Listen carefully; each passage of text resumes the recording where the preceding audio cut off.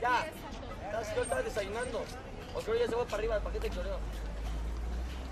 Se llamaba la joyería La Esmeralda y era, bueno, vendían relojes también y de hecho varios de los relojes de la Ciudad de México, los más grandes y más antiguos, se vendían o se distribuían desde este lugar. Entonces fue la primera que vendió relojes para los edificios y la primera que ostentó en su fachada un reloj que lo manufacturaban ellos mismos. El reloj de enfrente de la Mexicana era otro edificio un poquito posterior, también del siglo XX. Hoy hay otro dato curioso en este tema de los relojes monumentales, que es que la gran mayoría fueron baleados durante la Revolución.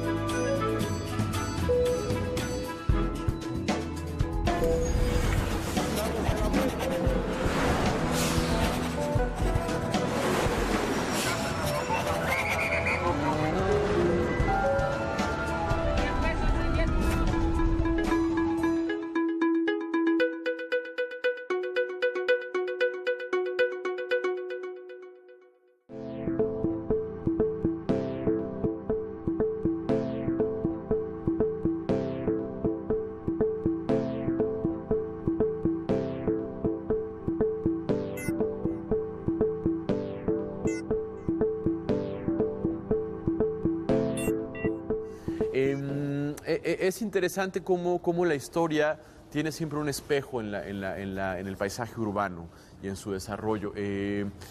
Por ejemplo, así como ocurrió en el siglo XIX con las guerras de independencia, de reforma, Santana, las invasiones, el desarrollo urbano es más complicado, es más lento. Durante la Revolución ocurre lo mismo, es decir, no hay... como la economía está en problemas, hay una guerra en el país, el desarrollo urbano se detiene sin embargo, al consolidarse el régimen postrevolucionario, al régimen producido por la Revolución Mexicana, a partir de los años 20, viene una nueva e intensa reinvención y reforma urbana que vuelve a proponerse modificar el rostro de la ciudad para adecuarla a las aspiraciones de modernidad, lo mismo que ocurrió en el barroco, en el neoclásico, en el porfiriato.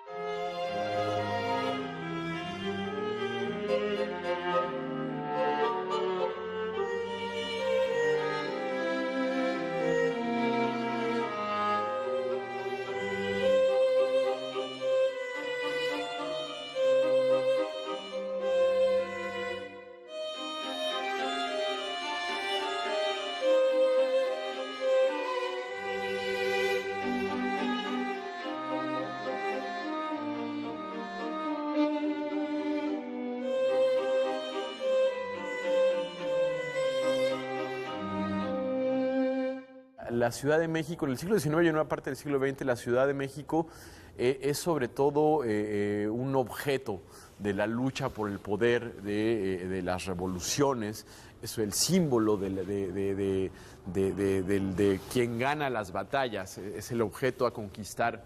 Y en ese sentido, pues la Revolución de Independencia tiene sobre todo sus principales capítulos fuera de la ciudad, siempre en la disputa por la Ciudad de México.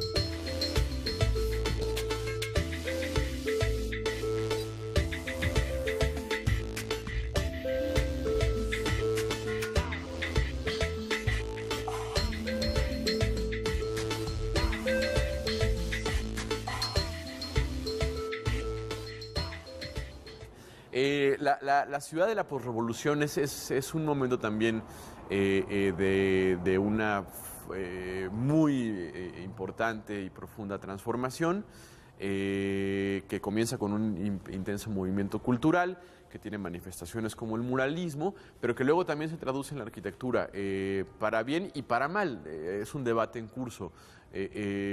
Por ejemplo, hay una idea de, una vez más, abrir las grandes avenidas. Entonces, la avenida 20 de noviembre, pensada como una idea de avenida grande, moderna, que se abrió en los años 30, implicó una gigantesca destrucción de múltiples edificios históricos y del trazo, una afectación directa al trazo original de la ciudad. El Zócalo que conocemos hoy es un producto de la arquitectura posrevolucionaria, es decir, no era exactamente así. Al Palacio Nacional se le agrega un piso más, al antiguo Palacio del Ayuntamiento se le agregan 2 pisos más. Toda el frente poniente del Palacio Nacional, del Zócalo, donde hoy ubicamos el Hotel Majestic, el gran hotel de la Ciudad de México, etcétera, era un conjunto asimétrico de pequeños y grandes edificios que fue uniformado. La catedral básicamente siguió ahí, sin embargo se va imponiendo esta idea que tiene su traducción o se plasma en la arquitectura neocolonial como una idea de nacionalismo.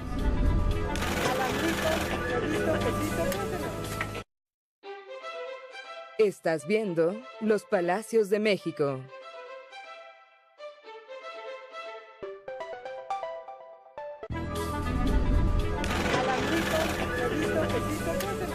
Al venir la época independiente, no hubo paz hasta la Pax Porfiriana, ¿no? Claro, hasta ese que tiempo. fue lo que trajo don Porfirio, ¿no? Ahorita tenemos como la imagen negra de don Porfirio, pero Porfirio fue el salvador de una época de México donde llevaban décadas en convulsiones totalmente constantes, ¿no? O sea, desde que se independiza México, nunca había habido tantos presidentes entre la independencia y Porfirio Díaz como desde entonces, ¿no? Entonces, él les da efectivamente la paz porfiriana, estabilidad política, económica, progreso, tecnología, cosas que ya no, que estaban viviéndose en otros lugares, pero que en México, por los gastos y las peleas entre partidos, como siempre, se estaba gastando, ¿no? Contestación que el señor general Porfirio Díaz, presidente de la República Mexicana, da a una carta del señor Tomás A. Edison. Chapultepec, agosto 15 de 1909. Señor Tomás A. Edison. Ahora, estimado y buen amigo, me refiero a su grata 8 de julio.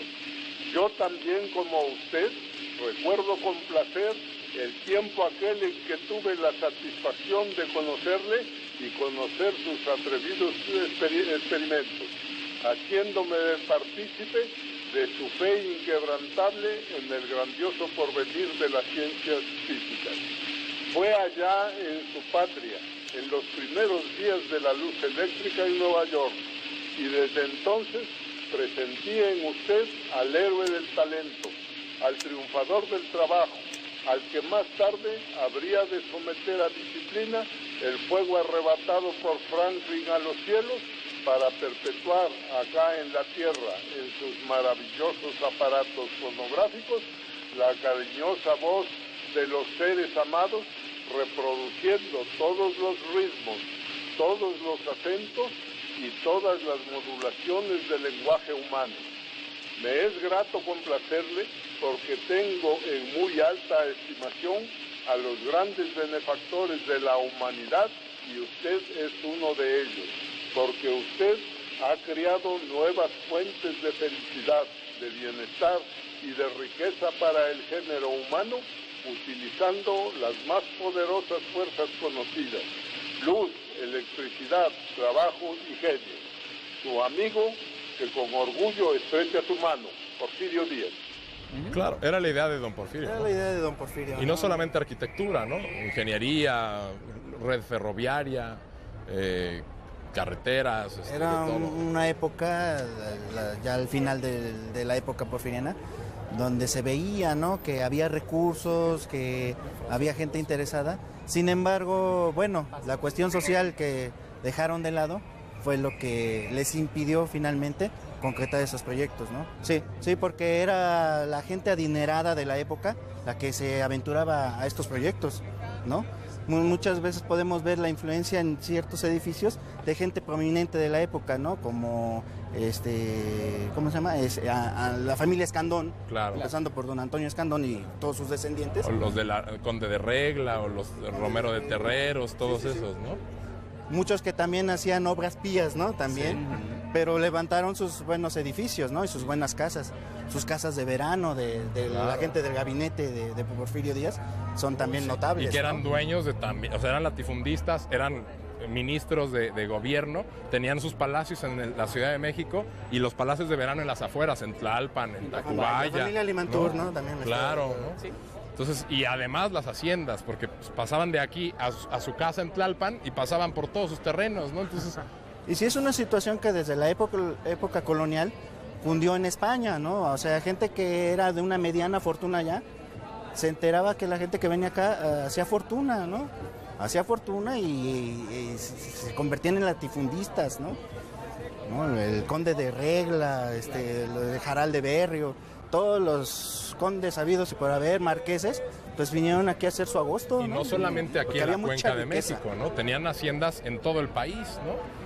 O sea, había un dueño de la hacienda de Cuapa, fue dueño de haciendas en Querétaro, hizo el acueducto de Querétaro. Bueno, estamos hablando de gente con mucho poder económico, ¿no? Empezaban las primeras colonias Ya porfirianas, se ¿no? empezaban a fraccionar las colonias que hablábamos. Que La Condesa, la las primeras Escandón. fueron la de los arquitectos, Santa María la Ribera, que ya eran fraccionamientos completamente otra cosa modernos. nueva para la ciudad, ¿no? Ya tenían electricidad, agua, ¿no? Drenaje. Era algo totalmente moderno, drenaje, calles arboladas, o sea, era pavimentadas. nada que ver con el centro, ¿no? Eran fraccionamientos hechos ex profeso para albergar habitación.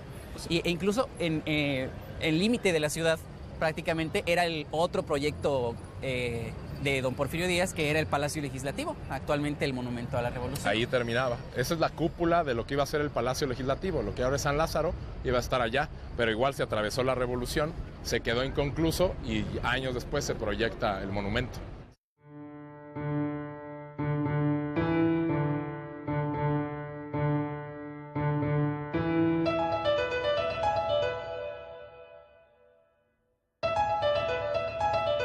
Sí, porque entra el Art Deco, el Art Nouveau, se van mezclando y se va creando una nueva arquitectura Que mexicana. también, ¿no? Dentro del Art Deco ese que tenía la tendencia mexicanista, ¿no? Que un ejemplo es, por ejemplo, la YMCA, ¿no? Así El es. edificio de la YMCA. O aquí de en Morelos. la estación Victoria, ¿no? O la de policía, ¿no? Tanto la telefonía como la de policía, pues también son Art Deco muy mexicanos, ¿no? Hay águilas aztecas hechas en líneas Art Deco.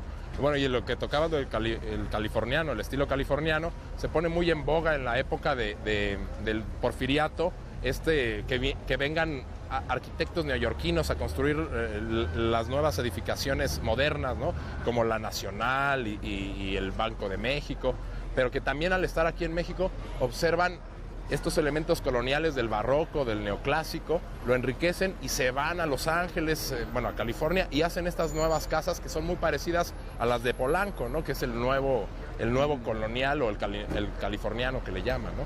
Ellos toman elementos de un estilo, de otro y de otro, todos coloniales, y crean este nuevo formato. Pero los grandes teatros, se dan en la época de Porfirio Díaz, ¿no? Y este eclecticismo simpático, ¿no? Que se van dando, ves que casitas así medio un tardo medieval y luego otras neoclásicas, otras renacentistas, platerescas, góticas, de todo, ¿no? Pero yo siempre las identifico porque es un sistema constructivo mucho más contenido, muros más delgados, más esbelto todo. O sea, no es el Renacimiento, el estudio de los órdenes clásicos, ¿no? Pero se llevan a cabo. Viene esta transformación, pero no fue de golpe, es paulatina. Es paulatina. Desde los estudios que he podido realizar, hay un repunte en el porfirismo, pero ese interés por el pasado novohispano pues no existe como hoy lo tenemos, ¿no? Tan es así que muchos son demolidos o transformados para construir casonas ya con otro gusto, llamado afrancesado. Yo llamaría un gusto ecléctico, que estaba en boga en Europa, ¿no? Más que Aquí le llamamos francés a todo lo que viene de Europa. No creo que no es correcto, ¿no?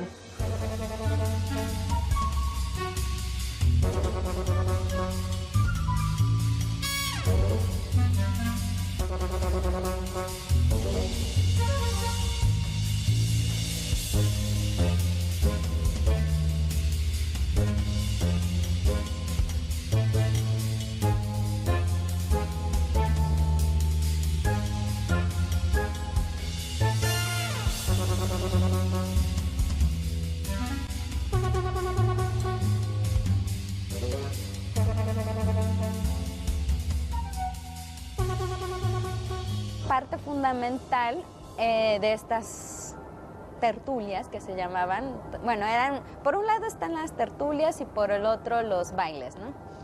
Pues en las tertulias las mujeres interpretaban algún instrumento, mujeres principalmente, y la anfitriona, por ejemplo, tenía que ser muy discreta y dejar que sus invitadas llamaran más la atención, entonces no tocaban una pieza muy elaborada, sino algo más sencillo para que destacaran más sus invitadas, ¿no?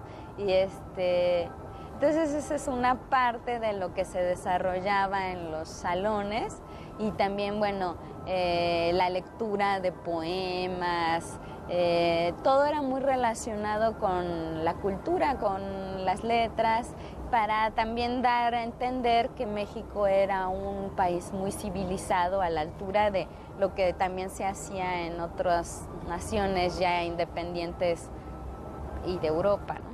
Y es que se pueden dar estos ejemplos, ¿no?, de arquitectura, sobre todo civil. También hubo religiosa, ¿no?, mucho menos que en la época colonial, pero es bien interesante cómo todo ese periodo después del neoclásico es un periodo de que no se construye nada hasta finales del porfiriato, ¿no?, que es cuando ya hay mucha estabilidad en el país, económica sobre todo. Ya la social es otra situación. Sí, la social nunca. Y es que no ha llegado todavía. Y es que se empieza a poder construir de nuevo. Aparte de que hay tendencias en que ya reprueban un poco la arquitectura colonial. La acusan de vieja, sí, sobre todo de eso, ¿no? De vieja, de pasada de moda. Y bueno, y todo lo que estuviera en contra de lo español también, ¿no? Claro. O sea, era de, es colonial y es español, pues eso significa, o sea, hay que romper con eso y hay que reinventarnos, ¿no? Crear una nueva imagen. Y es lo que trata un poco el porfiriato, ¿no? Un poco esta idea que cuenta Guillermo Tovar y de Teresa, ¿no? Dice, confunden las piedras con las ideas. Entonces dicen, bueno, si esta representa de los españoles, etcétera, hay que destruirla, ¿no? Si así fuera un ejemplo de arquitectura o lo que sea, no importa.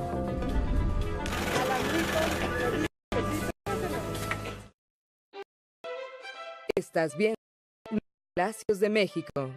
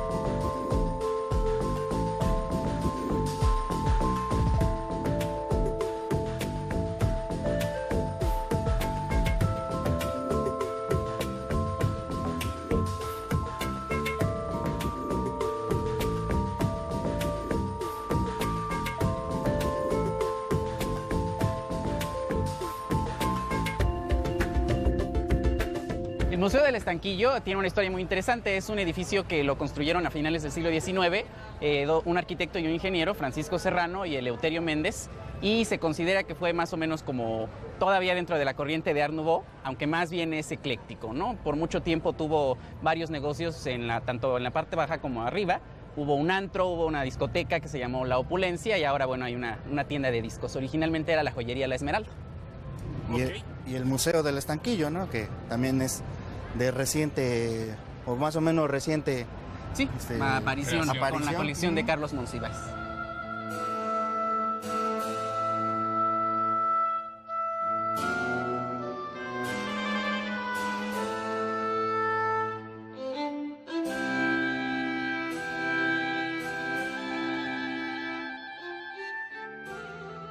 Este edificio se construyó a finales del siglo XIX por unos empresarios alemanes, una pareja de socios, uno de apellido Hauser, el otro de apellido Sivi, ¿no? Entonces la compañía era Hauser and Sivi Company. Bueno, era una joyería y pues un lugar muy emblemático desde su origen hasta la fecha, ¿no? Por diferentes razones. Por principio de cuentas, por la ubicación, ¿no? Estamos en el corazón del centro histórico de la Ciudad de México. En aquel entonces, bueno, pues siempre ha sido, digamos, el kilómetro cero, ¿no? De la ciudad. Por otra parte, bueno, es un edificio, como ustedes lo ven, pues imponente, ¿no? Con esta arquitectura muy del porfiriato, muy afrancesada. Y bueno, además esta joyería se convirtió en un lugar muy importante, muy de referencia para la burguesía y la aristocracia mexicana, ¿no? Aquí donde se venían a comprar pues las joyas, cajitas musicales, pero además de eso, la Esmeralda, que es el nombre del edificio y de la joyería, la Esmeralda es la fábrica número 1 de relojes monumentales. Entonces, si tú te fijas, no solamente en la Ciudad de México, sino en otras ciudades de la República Mexicana, vas a ver que los relojes que están en edificios, palacios, etcétera, dice la Esmeralda. Tal es el caso del edificio de la Mexicana, ¿no? Entonces, bueno, pues digamos que... Y la competencia estaba aquí mismo, la otra joyería que se llamaba La Perla, aquí en Motolinía, ¿no? Sí, efectivamente, de la Esmeralda, pues que tocabas el tema de la joyería, era pues, de las joyerías más importantes de la época, de principios del siglo XX, y pues marcó tendencia de joyas y de todos los artículos como de lujo importados, ¿no? Además vendían relojes porque pues en las joyerías... pues los relojes se consideran como joyas, ¿no? El señor Luis Hernández, que es un relojero experto en la reparación de relojes monumentales, que está aquí sobre Palma, vino a ofrecer sus servicios y él nos contó que la gran mayoría de los relojes monumentales que él ha reparado han sido que tienen al menos un par de balazos, ¿no? Parece que para... pues los revolucionarios o para aquellos que tienen un arma, pues sirve como de perfecto blanco, ¿no? Un reloj.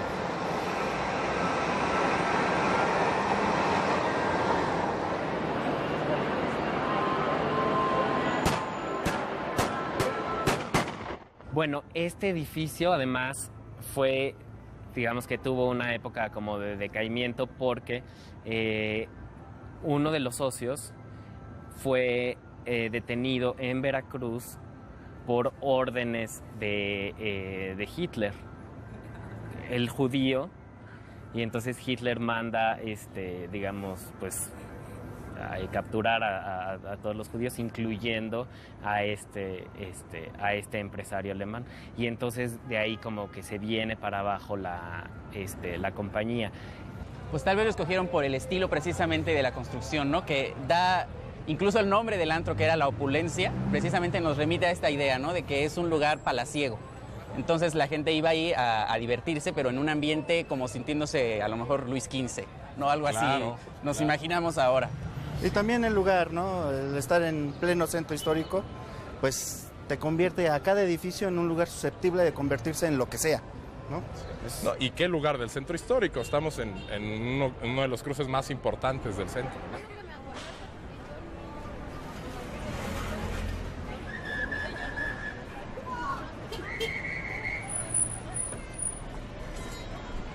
Pues para empezar, la Profesa, ¿no? El templo de San Felipe Neri, que es de los más importantes del centro y tiene una colección de pinturas única.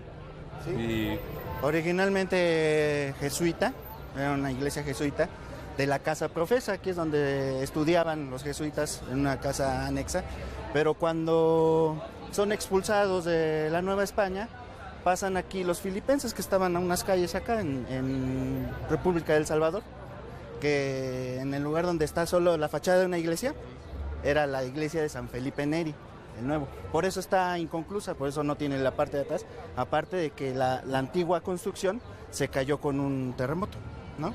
Solo existe de ese viejo edificio lo que es la biblioteca Miguel Lerdo, ¿no? También con una fachada barroca. Y bueno, y esa fachada. Los filipenses pasan aquí al ser expulsados los jesuitas y se conserva el nombre y la advocación de San Felipe Neri de esta iglesia. Normalmente siempre era como la parte de abajo, pues el piso de ventas, ¿no? Y los superiores eran oficinas de la misma empresa. Sí, aunque dicen que tenía una escalera muy notable de estilo Art Nouveau y que desapareció. El mejor ejemplo de Art Nouveau en México estaba en esa escalera, que ya no existe, ¿no?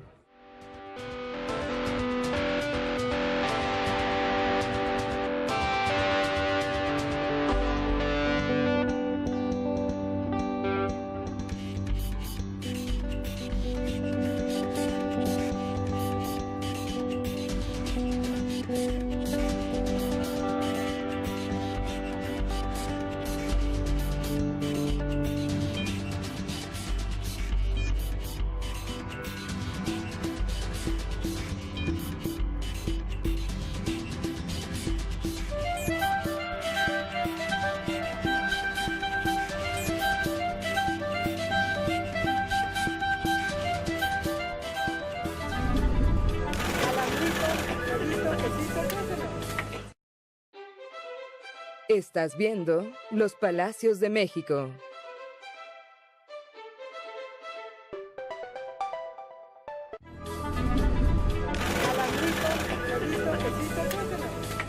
No tuvo tanto tiempo para perderse, ¿no? Tiene un poco más de 100 años.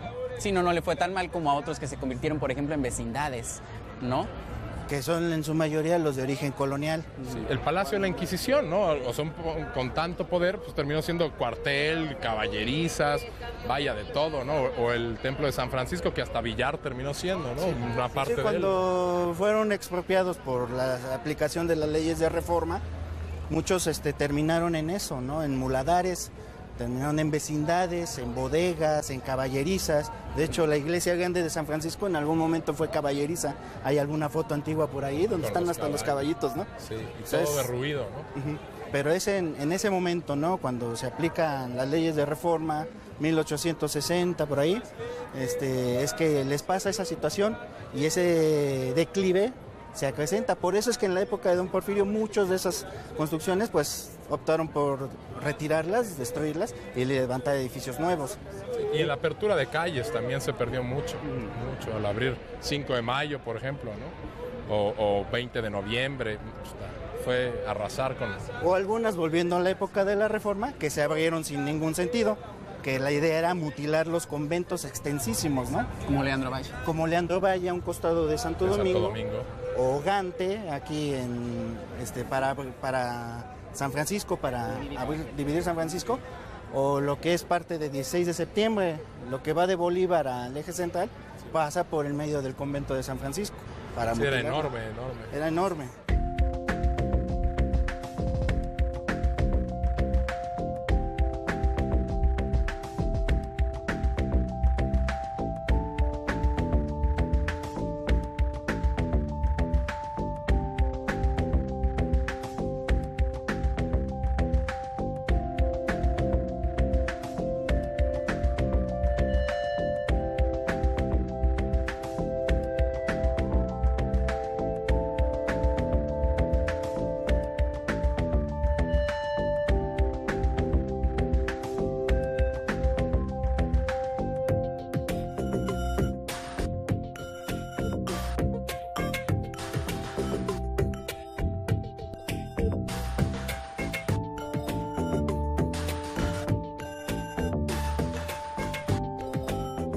Y también el detalle de que en el edificio de junto fue la primera función cinematográfica en México, en la droguería de Plateros. Ah, sí, es cierto. ¿De junto para allá o de junto para allá? Ah, sí, acá sobre Madero. Sobre Madero. Que ahora es un restaurante. Ahí En fue el la primera. Empepiso, precisamente. Exactamente. Fue el primer cinematógrafo que se estableció en la Ciudad de México. Que ahí antiguamente había una placa, ahora ya desapareció, como muchas cosas en la ciudad, pero bueno. Y hasta que, bueno, el gobierno de la Ciudad de México decide donarlo a la Asociación Cultural El Estanquillo para que se ubique aquí el Museo del Estanquillo.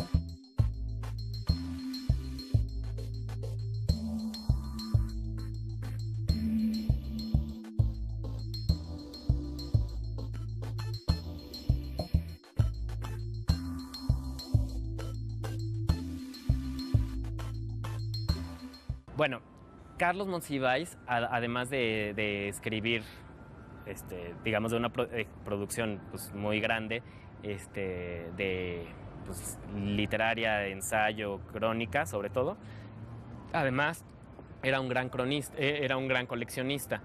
Y bueno, pues por más de 4 décadas se dedicó a comprar obra que tenía en su casa, ¿no? Entonces, la verdad es que la manera en que él coleccionaba es muy impresionante porque, digamos, como que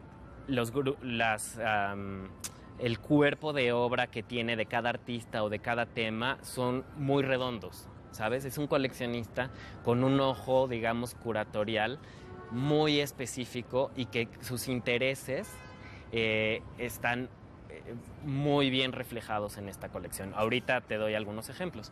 Y bueno, entonces toda la obra estaba realmente en su casa, en la calle de San Simón, en la colonia Portales.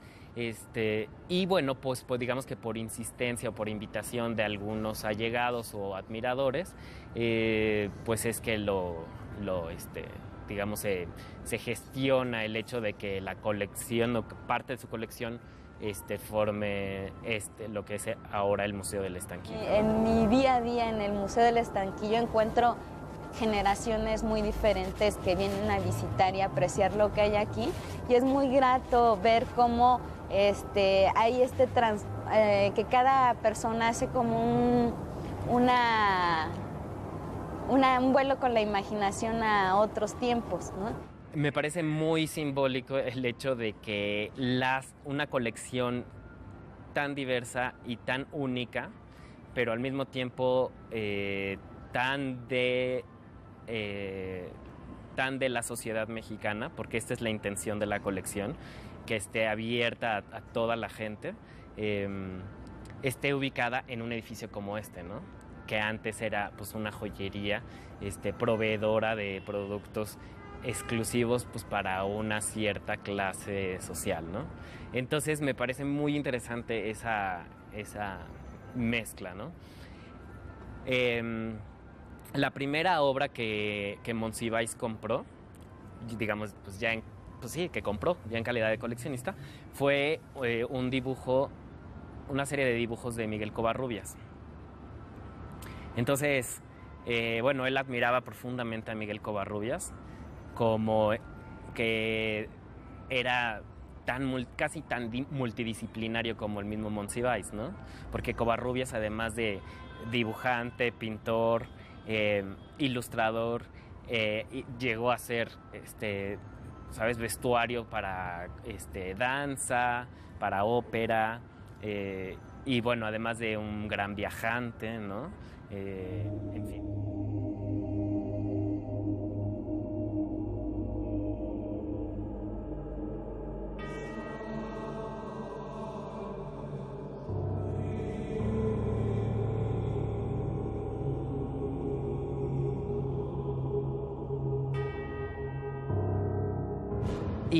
Y bueno, pues Monsiváis lo admiraba mucho y en algún momento en un viaje a Nueva York le ofrecieron, pero Monsiváis era muy joven y etcétera, no tenía pues, los medios, le ofrecieron una serie de dibujos que de todas maneras era un precio muy bajo, pero bueno, pues no lo tenía y no lo pudo comprar y desde ahí se quedó con, digamos, como con el gusanito hasta que por fin pudo comprar los primeros dibujos de Covarrubias y de ahí en adelante, ¿no? 40 años de coleccionismo. Que va desde galerías de arte, ¿sabes? Hasta, pues, bazares, tianguis y todo tipo de lugares donde él podía encontrar ese tipo de obras de arte o de objetos o de documentos que para él le parecían interesantes y que conforman ahora el Museo del Estanquillo. Ahora, el nombre del Museo del Estanquillo me parece muy acertado, tan acertado como era el pensamiento de Monsiváis, ¿no? Que siempre ponía justamente el dedo en la llaga en todas las situaciones, ¿no? Y que es lo que todos extrañamos ahorita, de no tener su opinión acerca de lo que estamos viviendo, que ya sabemos todo lo que estamos viendo. En fin, el Museo del Estanquillo hace referencia justamente a estos pequeños comercios, ¿sabes? Que existían, que eran muy populares y que ahora pues siguen existiendo ya en menor cantidad y ya en diferente, digamos, versión, que son estos comercios en donde uno puede encontrar absolutamente de todo, ¿no? O sea, desde un estropajo hasta una batería para la radio o pues, ¿sabes? Una jerga o una cubeta o bueno. Y me parece muy acertado porque la colección es tan diversa como un estanquillo y eso es precisamente la razón del nombre, ¿no?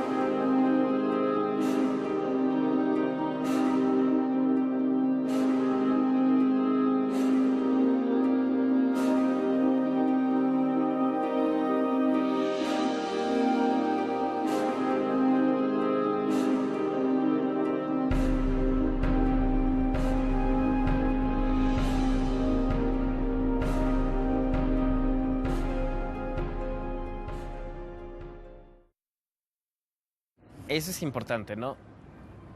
Parte de la misión del museo es que la colección esté abierta al público. ¿Y cómo se logra eso? No solamente estando en un lugar sumamente transitado, como es esta esquina emblemática de Madero e Isabel la Católica, sino teniendo la entrada libre, ¿sabes? O sea, de miércoles a lunes, ¿no? El museo no solamente no cobra la entrada, sino no cobra para ninguna de las actividades que se presentan aquí. Entonces, bueno, eso era una de las intenciones que teníamos, ¿sabes? ¿No? O sea, para que la gente pueda venir, pues tiene que no pagar, ¿no?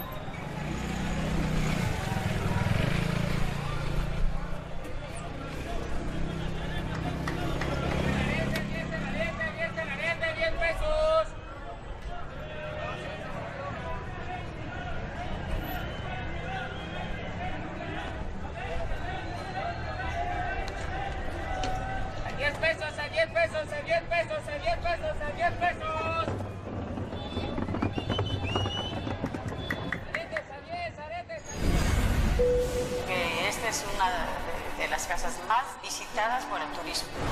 La verdad es que es mágico, donde vayas es lleno de historia. Todas las figuras que tiene, cómo está hecho. Cada detalle es muy bien trabajado. Aquí era todo el pueblo de los aztecas, aquí vivían y había muchas líneas. O sea, sin problemas, si lo pueden rayar, o sea, hasta esos grafitis como que lo hacen ver mejor, ¿no? Creo que eso sí es algo mexicano, llámalo así. Aquí es la casa de don Juan Manuel, que era un conde que vivía aquí. Transportarme, cómo sería vivir en un palacio, ¿no? Por ejemplo. Hay pinturas muy elegantes ahí en ese palacio. El centro histórico es una calle de gente trabajadora. Las nuevas generaciones sepan que el país fue muy grandioso y que tiende a ser cada día más. Y bueno, México mismo ha sido llamado